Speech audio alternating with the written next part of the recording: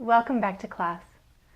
Go ahead and lie down and we'll begin with a few intentional breaths.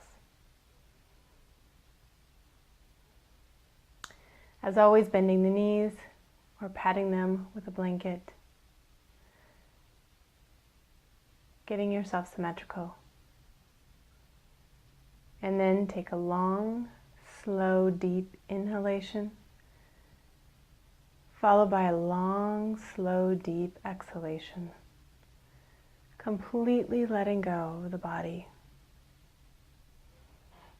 Letting go of the tension, letting go of your day.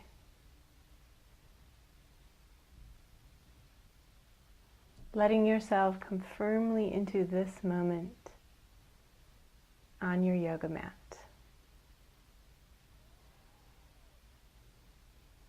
Become very aware of your body.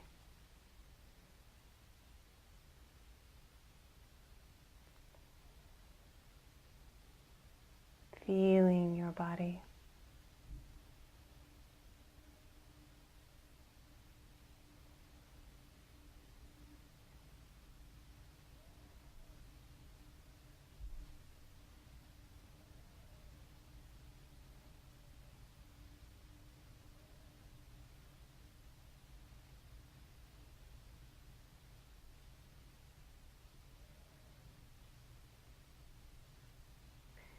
Allow your breath to gently expand just a little, deepening your inhalation just a little bit and deepening your exhalation just a little bit.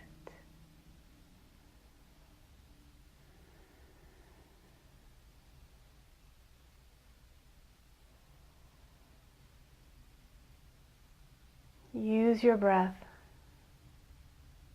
to give you a deeper sense of presence. Your breath is about being right here, right now. So as you feel your breath and connect with your breath, you're coming more deeply into the present, letting go of all that happened during the day, letting go of all your expectations for the rest of your day, and letting yourself be here now. Take a few more breaths.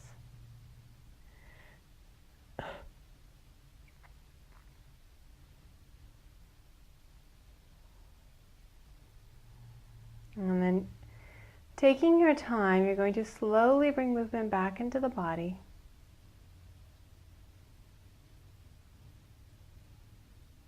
Bending the knees, rolling over to one side, and then pressing yourself up to sitting. Better? I hope so. 3 minutes of breathing can make a world of difference in our life, that's for sure. All right, we're going to begin today's class on all fours. So go ahead and hop up onto all fours. And we're going to do, well, I call it table position with a tuck and arc. I know a lot of people call it cat-cow position, but it's arching and rounding through the spine.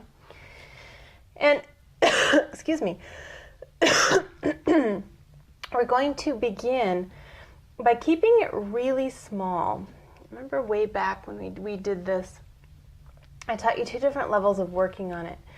And first of all, press down through the base of the index finger. Make sure you stay out of your wrists. We're going to do a lot of stuff with our wrists today, so I want you to be very careful about not straining it. So you're going to begin by keeping it very small. You're just going to arc into the upper back. Get right into the upper back. And then back into neutral. Draw the belly up and round the lower back. So go ahead and go back and forth, inhaling as you arc up and look up, exhaling as you round. So what we're doing here, as I round, I'm only rounding the lower back, not the upper back. So I'm dividing the spine here a little bit. As I arc, I'm only arcing in the upper back, not the lower back. Keep going back and forth. And what this does is it gives you more, I'm having a hard time finding the right word, but more force would be the best thing I can think of right now. Meaning I get more oomph into that upper back, and then I get more oomph into the lower back. I get a much stronger arc and a much stronger rounding. Let's do one more. And we'll compare it because now in a moment we are going to do the whole spine. So you ready? Now when you inhale, you're going to let the whole spine arc, be gentle, and then you're going to let the whole spine round. It's still flowing from one to the other, back and forth. Belly in, expand that spine, then arc. Exhaling as you round, inhaling as you arch. So feel how different it is now. You're not getting that sharp stretch through the lower back, nor are you really getting that deep arc in the upper back. But it feels good for different reasons. Okay, so I love to do both because now we're really undulating through the whole spine, getting movement into the spine, which also feels really good. So I highly recommend having both the small ones and the big ones in your practice. Okay, back to neutral. Press down through the palms, press down through the base of the index finger. Step the knees back and walk them apart a little bit. And we'll do the flow into extended child. So you're going to inhale, arc up. Exhale, palms press back into extended child. And then inhale, come right back up. Exhale, take it back. Doesn't this look good? Haha. This is my first recording of the day, so this is my first movement, and it always feels really good just to get that body moving. Yoga is such a good thing. Just in case you weren't sure. Let's do one more. Inhaling, arc up. Exhaling, take it back, and this time hold. Press the palms. Feel as if I'm giving a tug on your hips and pulling them back, so you're getting even more space between your vertebrae. And then come up and we'll move into full downward facing dog. So you're going to lift up, bend the knees. I walk the feet a little closer together to each other, not up to my hands. But I want my feet so the heels are about lined up with my sit bones. So about hip width, press the palms, send the sit bones up. It's okay to have them wider. You want your hands to be aligned really well, but so you can't take your hands wider, that can hurt the shoulders. But you can take the feet wider. Come up high on the toes, take the heels down. Sometimes it feels a little easier. It's easier on the hamstrings when the feet are further apart. But eventually they're hip width. Now gaze up at your hands and step your right foot up between your hands. I'm just going to do a simple lunge here. Take the back knee down. Allow the hips to release forward, lift up. Feel broad across the heart. Breathe.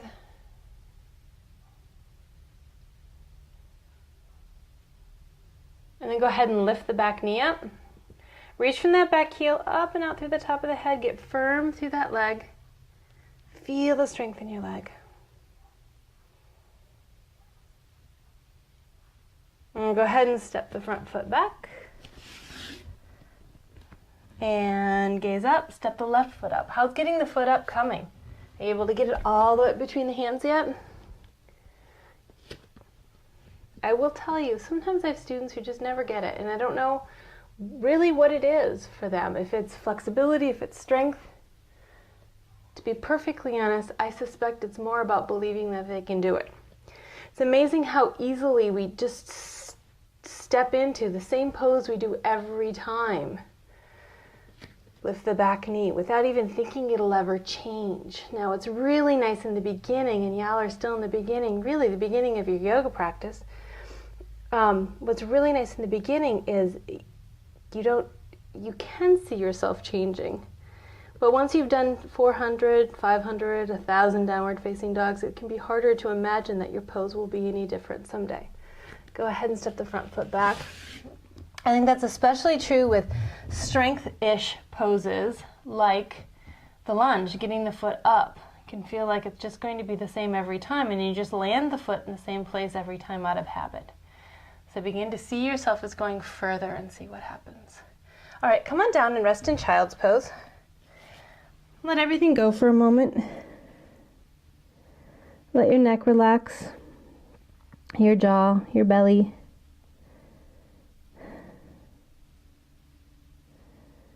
Release, release, release.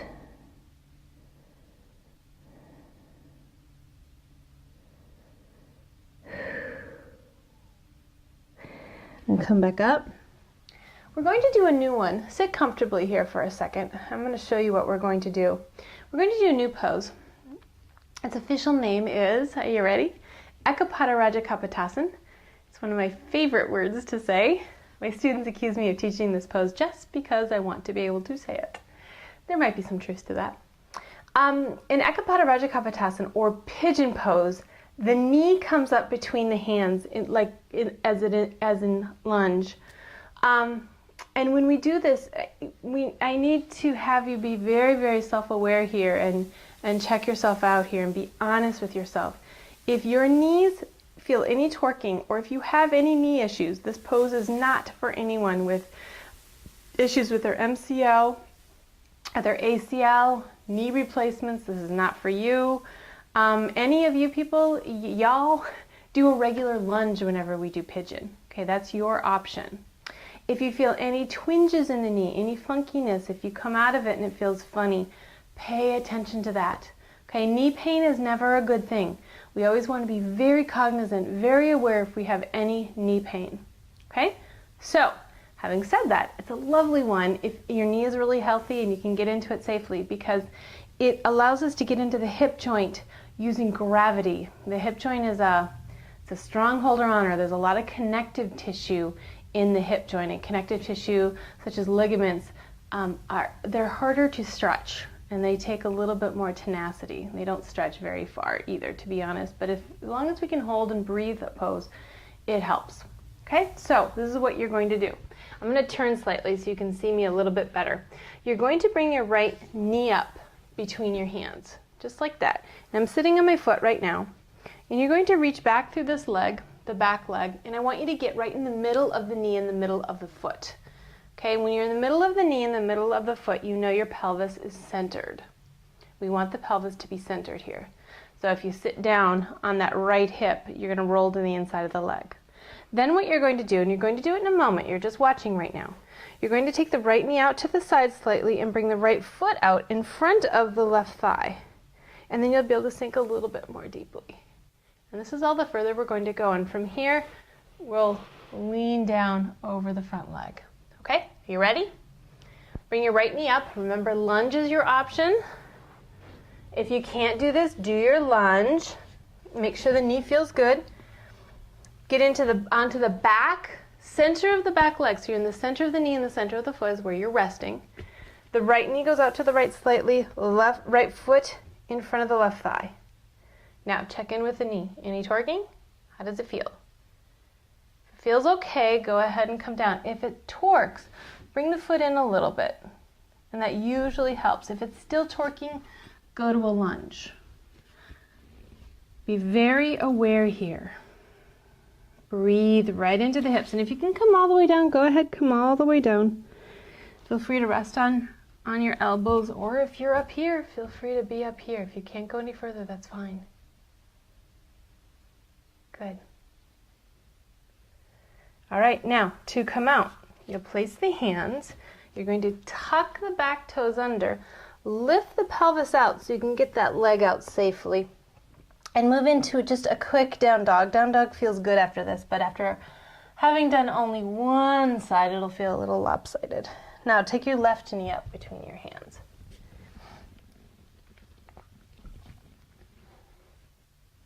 Get in the very middle of your back leg.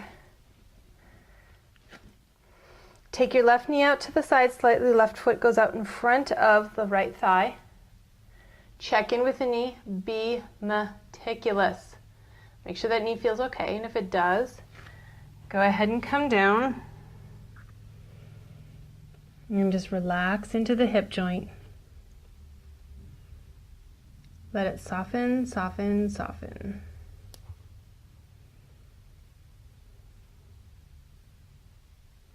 This one tends to be a favorite among students. But if you're really tight in the pelvis, you may find that your hips are up here. And if you're not even getting a stretch, then just go to lunge. It's okay. It'll open up eventually, usually. Sometimes the hip joint's limitations are bone against bone, meaning the joint itself isn't flexible enough to open anymore. That's okay. Just do it in lunge. Be in lunge here, and we can work on the hips in a different pose. Okay, tuck the toes under. Come up, back into down dog.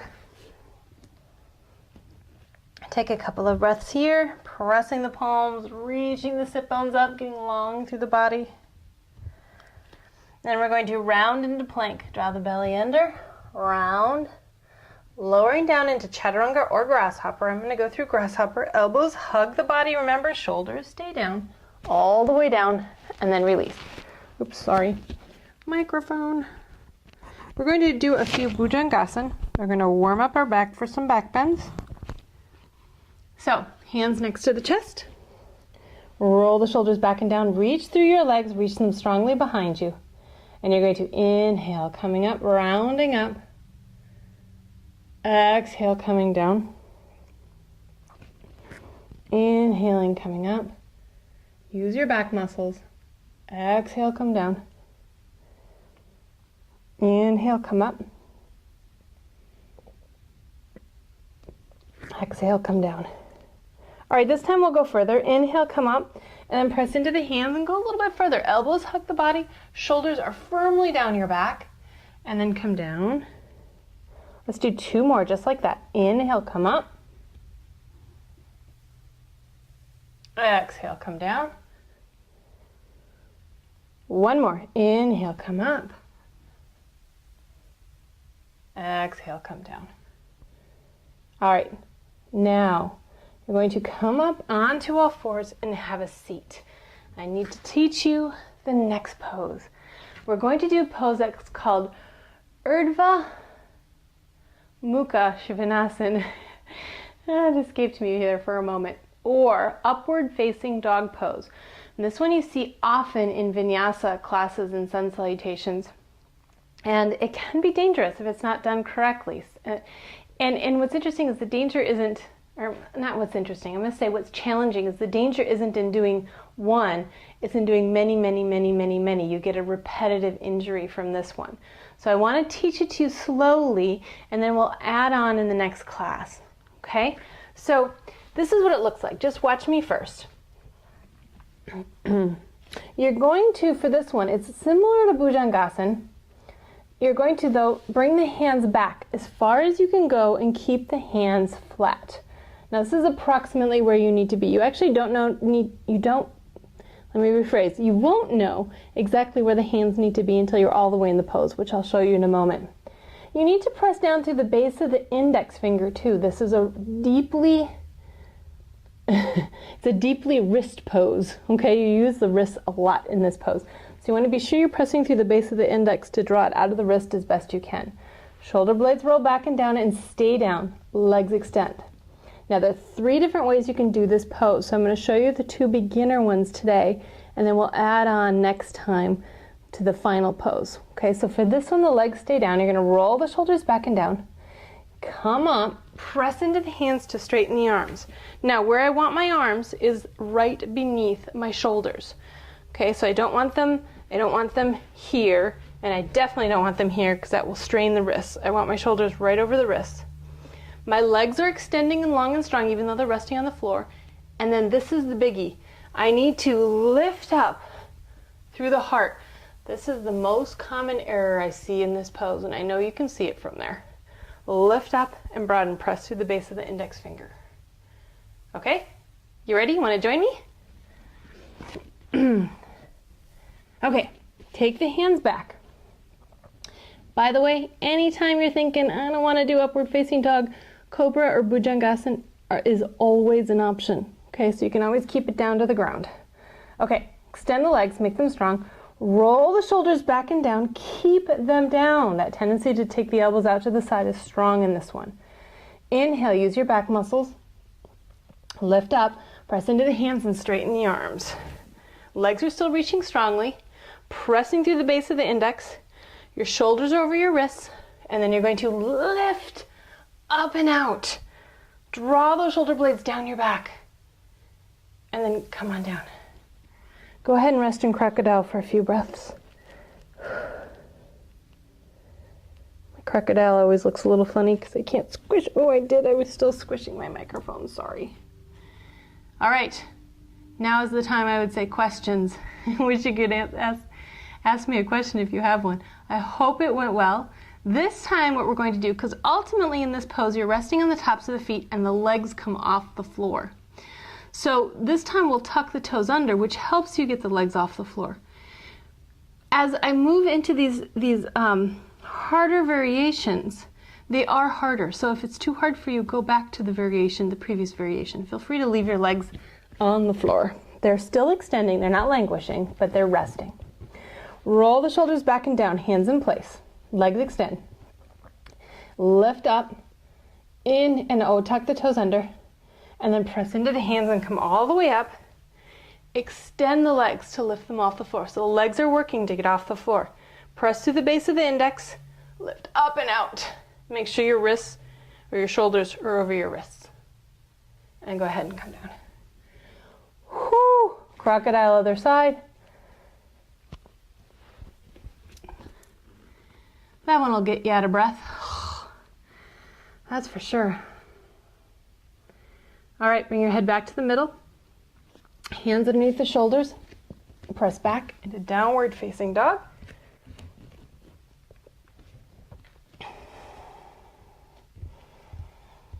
Take a few breaths.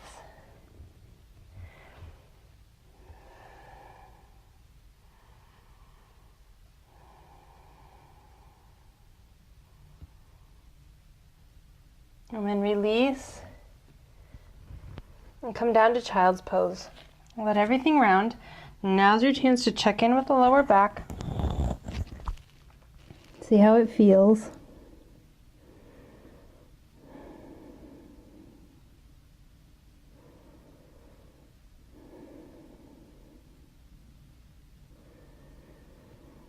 If there's any tension in the lower back, you need to adjust your upward facing dog pose. Lower back should feel fine even after we do back bends. Come on up. All right, have a seat. Have a seat on your blanket and bring your legs out in front of you. Get long through your legs. Let's review our forward folds from last time. Draw your left leg back. Place your left foot on your right thigh. And get long through the body and come forward. Remember, right from the hip hinge. Shoulders draw down the back. You draw the chin in, reach out through the top of the head. Breathe.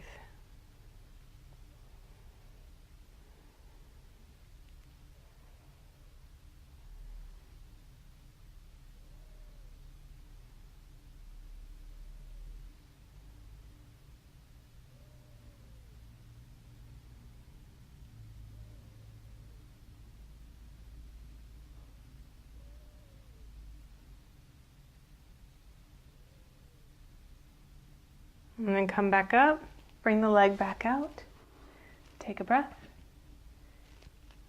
draw your other leg back, place a foot on the inner thigh, lift long through the body, draw the shoulders down your back, and then come forward right from the hip hinge. Keep lifting through the front of the body.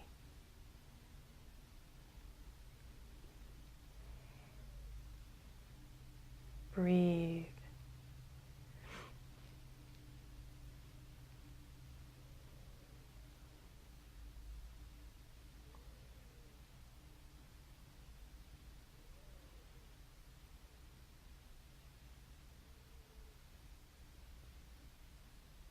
And then come back up and bring the leg back.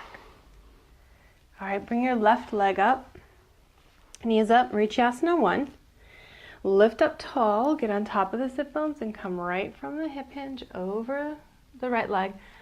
Draw your chin in, reach out through the top of the head, get long through the body. Relax your eyebrows, your forehead, your jaw.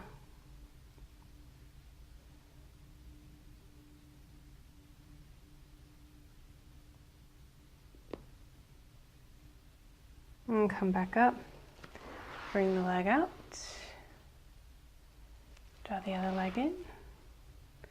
Hold on to the knee, lift tall through the body, get long. Fold forward right from the hip hinge. Breathe.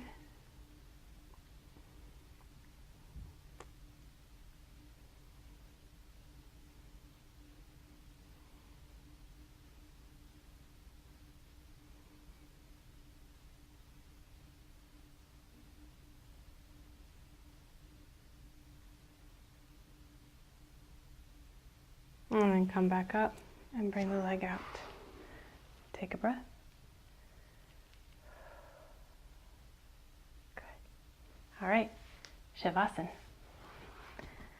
You have earned that Shavasana today. Go ahead and lie back on your back. Make sure you're symmetrical. So I mention that every time. Symmetry is really essential in Shavasana. I actually teach a workshop on Shavasana, and what I do is I have them get into Shavasana, and then I somehow make them asymmetrical, just slightly. You know, I'll touch a strap to one of their hands, or I'll move one of their feet just slightly. And these are advanced students, so these are usually my teacher trainers that I'm doing this to. And they come out and they say, okay, that was horrible. It was just terrible. I couldn't relax. I couldn't move into Shavasana. That's what the asymmetry does to you, and you may or may not be aware of it yet because you're just beginning your path. But just know that it does affect you, and it affects how well you relax, whether or not you're conscious of it. So make sure you don't have your mat touching one foot one way and a different way on the other side, or your blanket is touching your right hand and not your left. Really be meticulous. There is method to our madness. Take a deep breath in. As you exhale, let everything go. Softening into the floor. Deeply relaxing.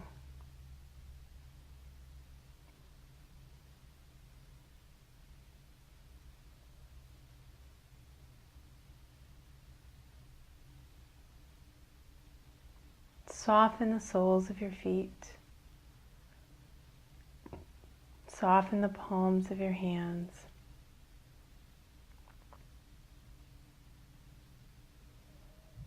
Soften all the teeny muscles in your face. Relaxing your jaw, your tongue.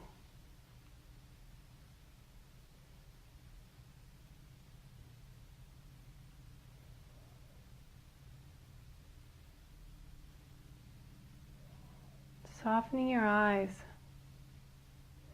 Softening the gaze on the back of your eyelids as well as the muscles that encircle the eyes.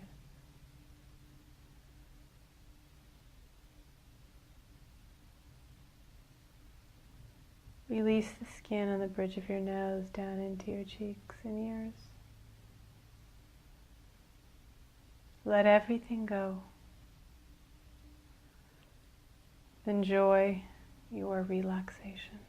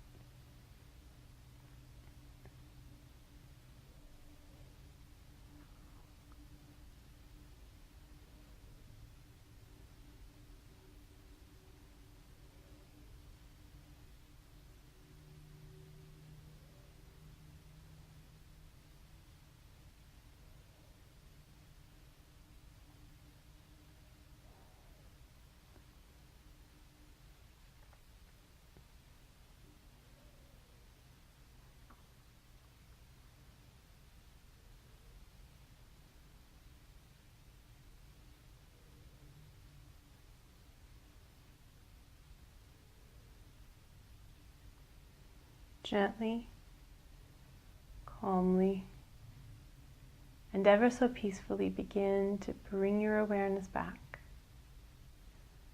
deepening your breath, and gently moving at your fingers and your toes. In your own time and at your own pace, slowly and mindfully work your way up to a quiet, seated position.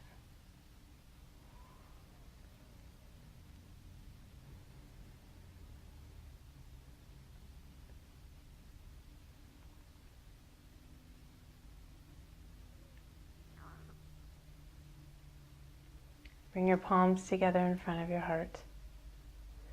Inhaling, bring your arms up and overhead. Palms come together over your head. Bring your hands down. Rest your thumbs at your forehead. Set an intention for compassionate thoughts. Bring your hands down to rest at your mouth and set an intention for compassionate words. Bring your hands down to your heart, and as you bow your head to your heart, set an intention to be compassionate with yourself. Namaste. Thank you for joining me. Have a splendid rest of your day, and I'll see you in the next class.